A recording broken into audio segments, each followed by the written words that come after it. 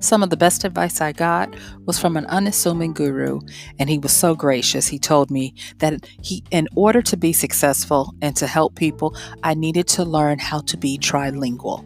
He said, "Yeah, you got to learn how to speak three languages."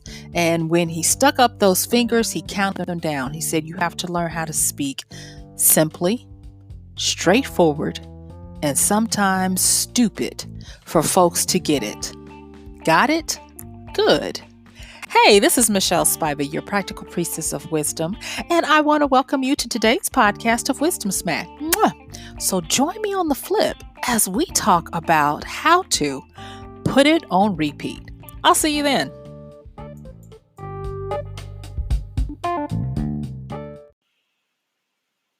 I can actually say that the advice I got from that gentleman that time proved to be the breakthrough I needed. I had up to then learned how to do proper, if you will, curriculum development and all of the stodgy things that people teach you, I guess, to justify why they're charging you this money for these college credits. And just that simple understanding helped me to not only help other people, but to help myself. So let's talk about this repetition. One of the things that I am always amazed with is that the key to learning anything, the key to changing anything, the key to developing habits and all of this stuff that we already know help us in life have to do with putting things on repeat. And they also need to be as simple as possible. One of the things that I also learned, and this, like I said, this is not just about people that I'm interacting with, this is also about interacting with myself, is that a confused mind cannot move forward. And so, if you're going to have anything that's going to work in your life, you have to understand that you cannot have confusion. And for God's sake, don't let it be boring because that is a total wipeout. So I'm going to be talking about how to put stuff on repeat today, and I'm going to be taking it from a wisdom smack that I have recently been working with myself to combat some stuff where I had gotten a little stagnant, and I'm not going to say I had taken things for granted, but it's kind of like a refresher, if you will. And so this is some cool stuff that I learned. So let's go from here. So I told you about the trilingualness of speaking simply are simple, straightforward, and even sometimes stupid um, to understand stuff. But let's take that a little further. And I was looking at I think it was something on Vox. I didn't clip it, so I'm not going to drop a link on it. But it asked the question, and the question was this: uh, Why are pop songs so repetitive? And it caught my attention. And because this is a recurring theme that I've been seeing for years, somebody does an article on the repetitiveness of popular music and quote unquote the dumbing down of it and all this. And so I read it and it talked about how in pop songs, uh, the more repetition a song has, meaning the more simple it is, the more it has a chance of succeeding. So much so that not only do popular songs now have a chorus, they also have a hook. And depending on what type of pop music, usually something that's going to have a nice groove to it or whatever, it'll even have a vamp, which takes the chorus and the hook and presents it in a different way, but you're saying the same thing. And I went through that and I was like, And the reason why I was saying is because it was very true. They were showing it analytically that over time songs have become even more repetitive. And when you look at it, the reason why a song is a pop song or what, pop actually is rhythm and blues is it is a song that is based or made for people to sing along with it. And they want it to become an earworm. something that gets in your ear and you just can't stop thinking about it, humming it, singing it, or whatever. And it is because of this repetition and simplicity. Now, I'm going to say it one more time. The key to learning anything, to changing anything, to developing habits is that you have to make them as simple as possible, and you have to put some type of repetition in. And so pop songs. So there you go, even with that. Um, and the more they repeat, it makes the song easier for people to grasp. And it's not because people are stupid in the sense that you might say, well, they just make them so stupid. It's not that. Um, it is because we are trained to look for, appreciate, and even obey patterns. Oh, yes. Oh, yes. And so I want to kind of talk about this magical, it's kind of like having a magical spell or a magical power for yourself and for others, and that you can change and affect stuff so quickly, and that has to do with how to set up or create a repetition that hopefully is benevolent and for good. Okay. And so I want to talk a little bit about routines, habits, and rituals first. All right.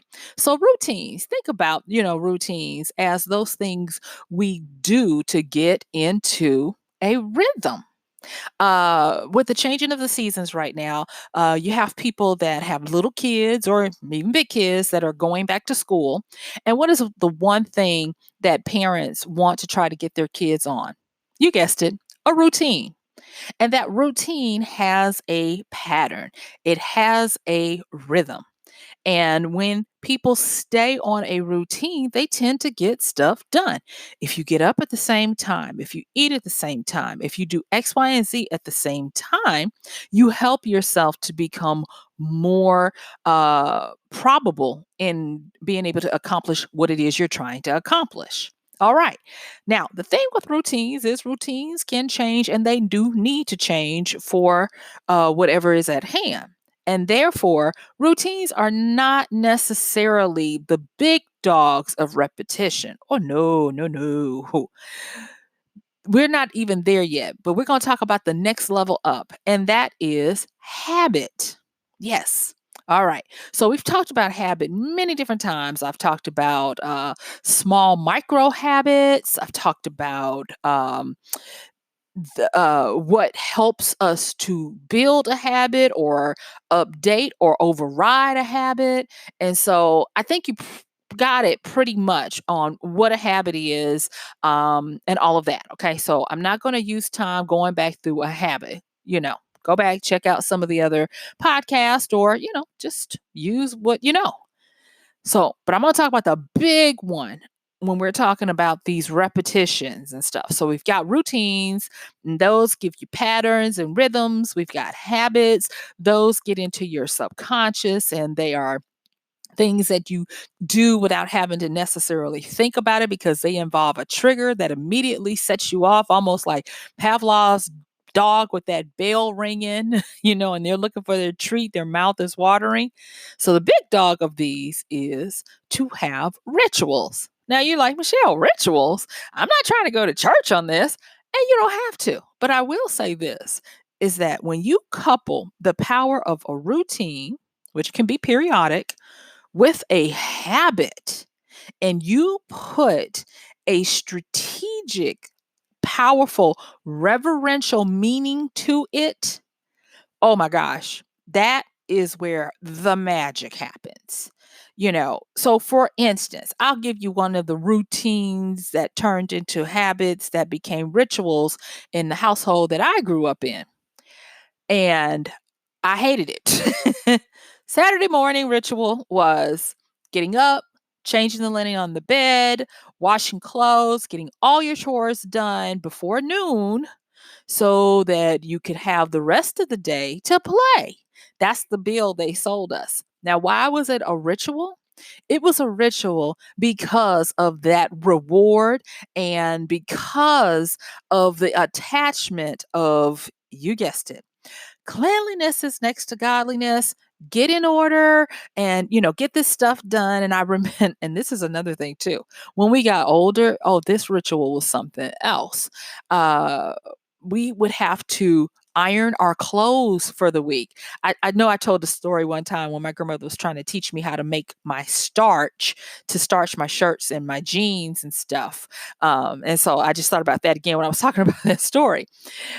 But having that ritual meant that it was not just a habit, it was not just a routine, but it was something that you did with special care. That was the thing. You could not throw what you were doing. You could not just throw everything in the washer and just hope for the best. No, you had to sort the clothes and on all these types of things. And when made up your bed, trust me, there was a way. We learned hospital corners. Spraying down the mattresses, flipping them from time to time, putting, when I say spraying them down, I'm talking about Lysol and that kind of stuff. And like my parents, my mom, my grandparents, they did not play. They were like, if you're going to do this, you're going to learn how to do it right.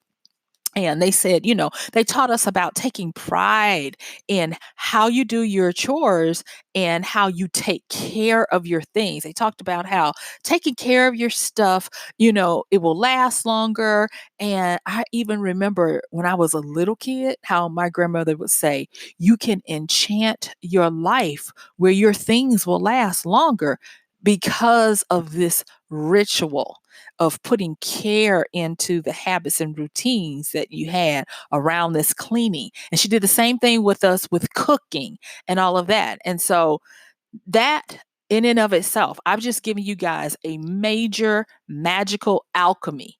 And that is if you want to really do something, put it on repeat, but not only put it on repeat, if you have to start it off as a routine, then turn it into a habit, and then make it a ritual where it's a habit upgraded to something that has a spiritual or almost otherworldly connotation to it, that you do this in service to, in respect for, that kind of thing. That's what I'm talking about when I talk about the ritual of the repetition. Okay. So now that I have given you that and told you that this is one of the most powerful spells, I want you now that we can go further and we know that to repeat something with that great care is the magic, it's time to turn this up a little higher. Okay. And that is, I want now to talk about this wisdom smack. So I had that growing up, understanding our routines, understanding the rhythms, and even seeing it now with people trying to get their kids back into the flow for going back to school and all of that. And I started to see something. And when I said I started to see something, I started to see it even in myself. And it's something that, we take for granted. But I want to just say this, and I don't know if your mind is going to go and blow like mine did, but I'm just going to say this. Now that I am starting to reacquaint myself with the power of repetition and with the power of turning my repetitions, some of them, into rituals, I am starting to see that repetition is right up there with compounding interest. It's kind of like it's this hidden gem within the laws of our existence that brings forth this beautiful bounty. And it's so simple and elegant that we miss it. That just being repetitious about something and hopefully with intention, you can unlock your world to so many different things. Think about it. I'm a writer. And right now I am fighting with myself to develop a new ritual. Yeah, I'm trying to go straight to ritual on my writing for a new season, meaning I'm starting some new books and stuff. And think about it. Even if you only, and I say only, even if you only can manage to do a reverential time of a couple of thousand words a day, think of that as in a given month. That's 60,000 words.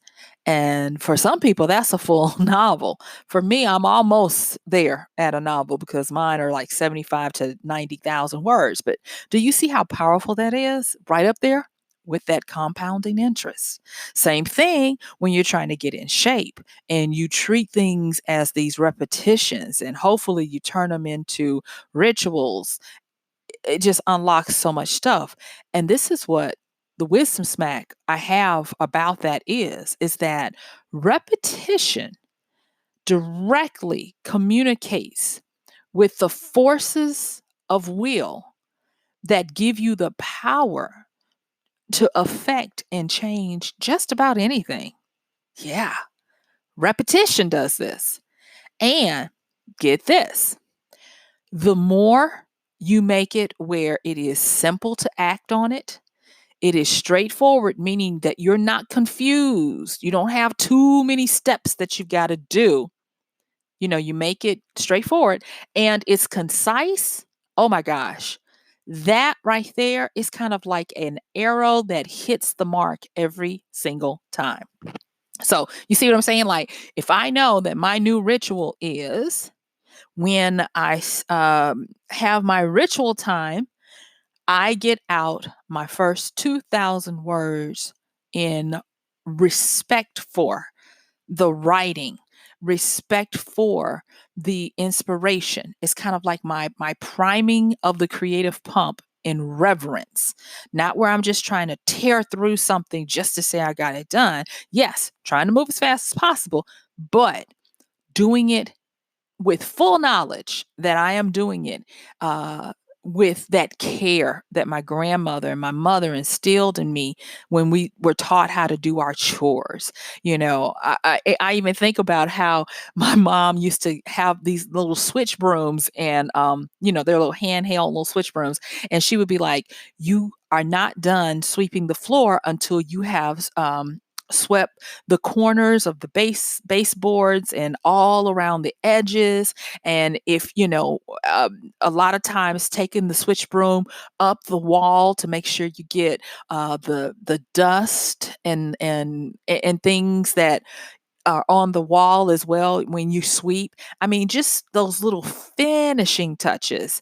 To me, that's what really turns something from a habit into a ritual. The care and and I almost said feeding, but the care of what you put into that. And it just gives you back something that is so powerful. I'm going to be talking to you guys, and I told you I was talking. I've been waiting to do this other one, but I'm going to be talking to you about the power of repetition and writing things down, and what happens when you do that in a certain way that I'm going to be teaching in an upcoming podcast very soon. Be on the lookout for that. But I wanted to make sure I got this podcast out first to have the proper foundations that we're going to need. Okay. So now that I've talked about how repetition directly connects you to this force of will that makes things have a bull's eye to accomplish what you want, I also want to talk about this.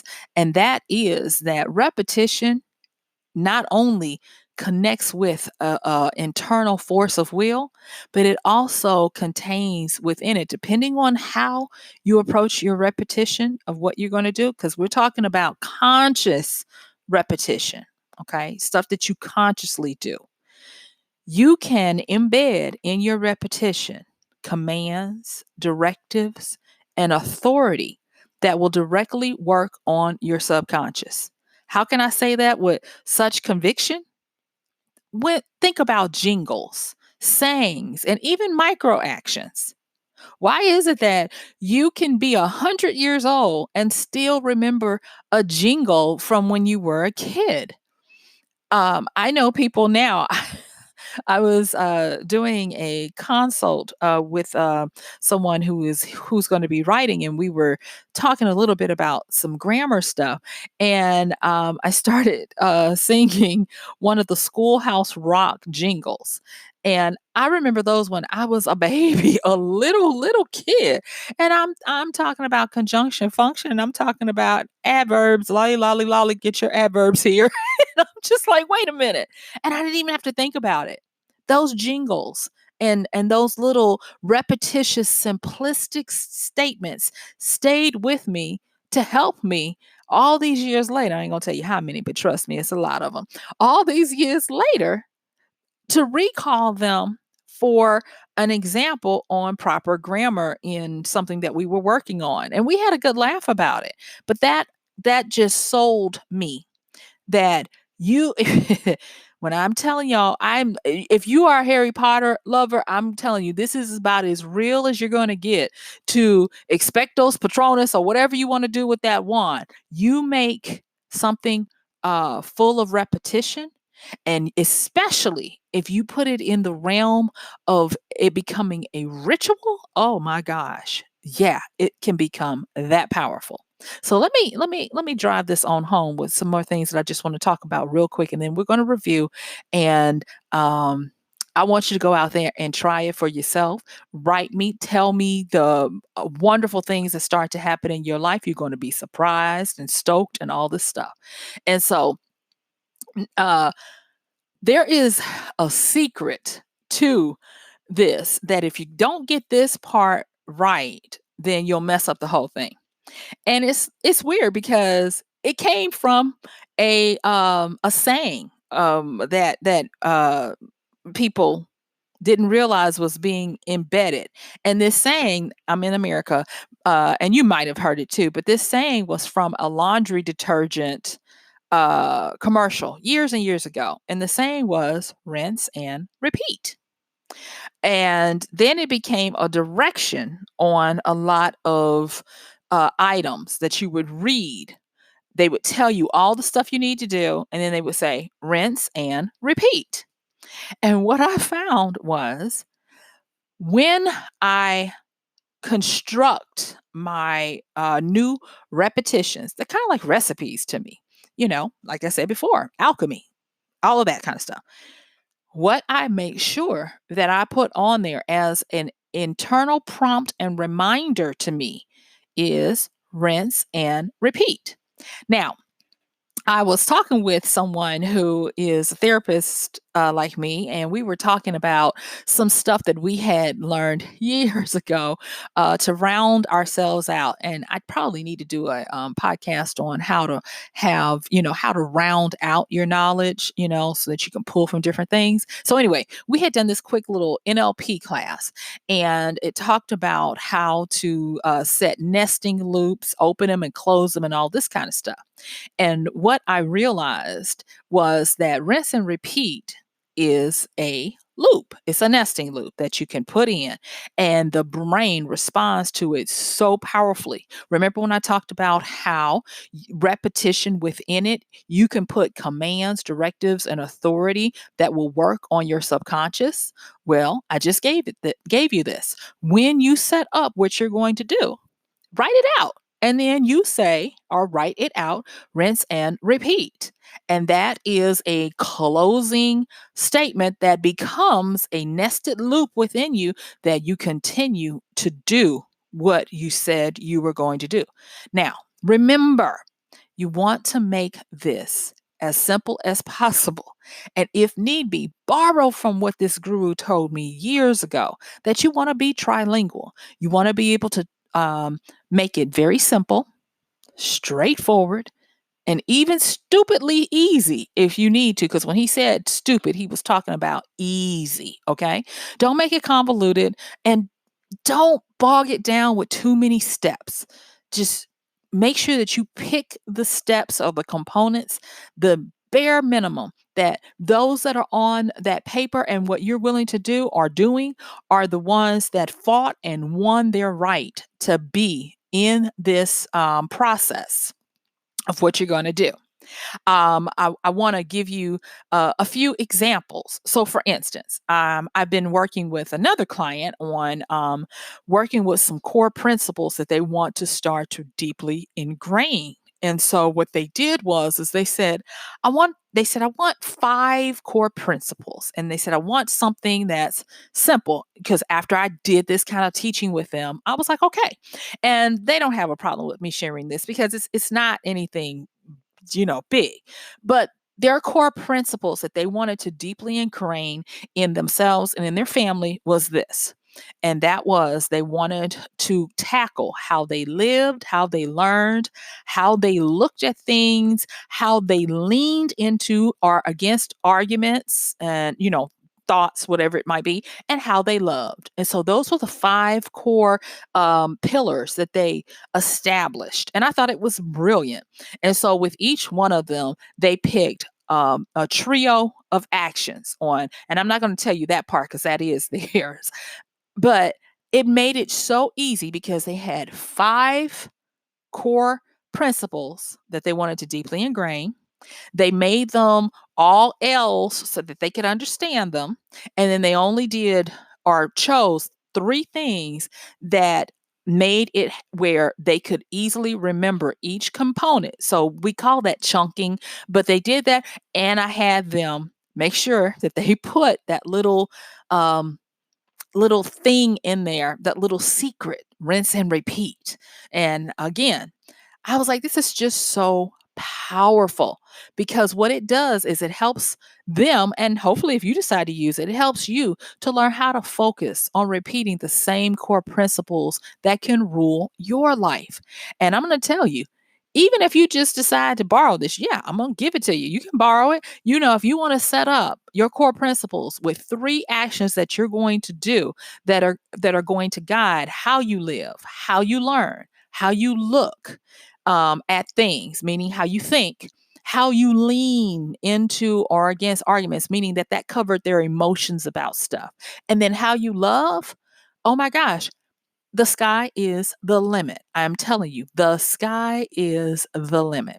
Now, if you're listening to this and you take this to heart and you do this stuff, please, please, please, please contact me. Let me know if this is how this is working for you because it's not going to be a if you really take this to heart, it's just going to be a win and you're going to be blown away by what you get from it. So, let me go back and I'm going to recap how to put things on repeat. And when I say put it on repeat, whatever it is you're trying to do. The first thing is trilingual. Make it something that's very simple, straightforward, and stupid. Meaning easy. Easy to do, easy to grasp, easy to share, easy to repeat, because that's the whole thing. It's got to be something that you can easily do. The next thing is to make sure that you understand that you can work in different levels of your repetition. And that is you can start off with a routine. A routine is something that puts you on a pattern and a rhythm. And when you do a pattern and a rhythm, that gets your body involved in it. So it becomes almost a dance. So like if you look at in the mornings, I remember growing up, second of six, and our routine in the morning sometimes it could be chaotic. But when my mother got us on a routine, it was like watching a symphony at work. Everybody had their set time to be in the bathroom, to do whatever they needed, to go to the kitchen to get whatever kind of snack they were going to have, when the different age groups had to be out front for the buses, and it just moves so easily, So if you can't do anything else, start off with making a repeatable routine. And then after that, work on turning it into a habit. A habit takes longer. A routine can be temporary and a routine can change, but a habit becomes something that is ingrained in the subconscious and has a trigger. For us, our routine and habit was triggered by my mother waking up and everybody get up. It's time to get up. That was the trigger. Okay. And then really consider using the power of ritual.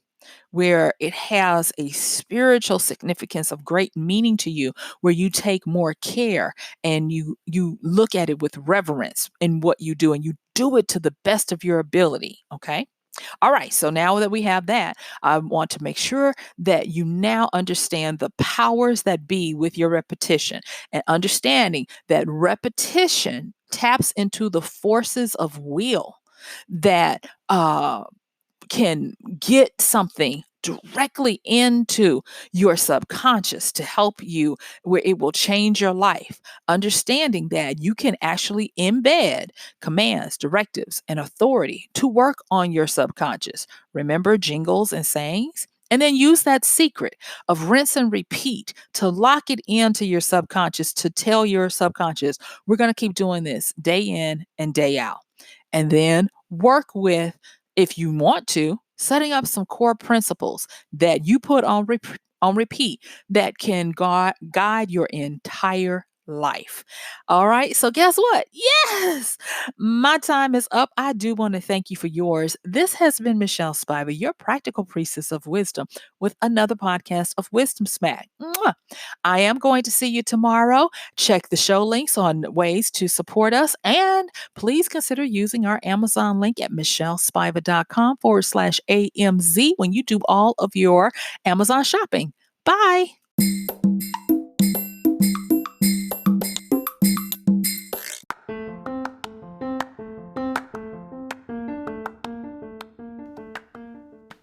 And that's going to do it for today's podcast of Wisdom Smack with MichelleSpiva. If you like this podcast, please help us get the word out. Like, comment, subscribe, and even share. And if you really like it, please help us continue to get the word out by considering using this show's link for Amazon. So when you want to go to Amazon and you do all of your general shopping, please use MichelleSpiva.com/AMZ.